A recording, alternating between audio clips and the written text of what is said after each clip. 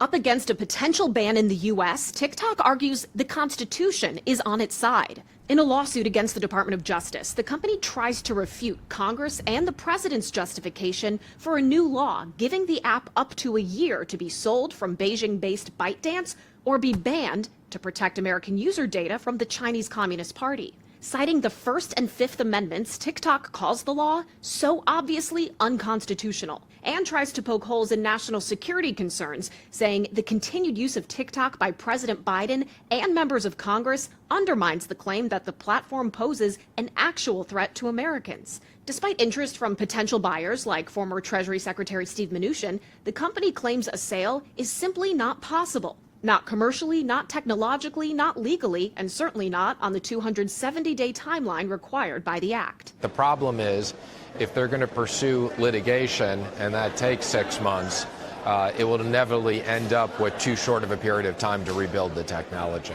The DOJ tells us they're declining to comment. All of this was expected. When the law passed, TikTok said it would fight it in court. But what's harder to anticipate is whether a ban will be put on pause while the litigation plays out, and for how long, especially if it goes all the way to the Supreme Court. A long legal process leaves the 170 million monthly users TikTok says it has in the U.S. in limbo. I think we all can agree that it has changed so many people's lives.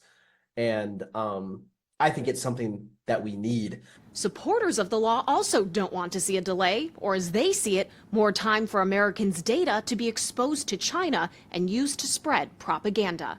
On Capitol Hill, I'm Atra El-Nashar reporting.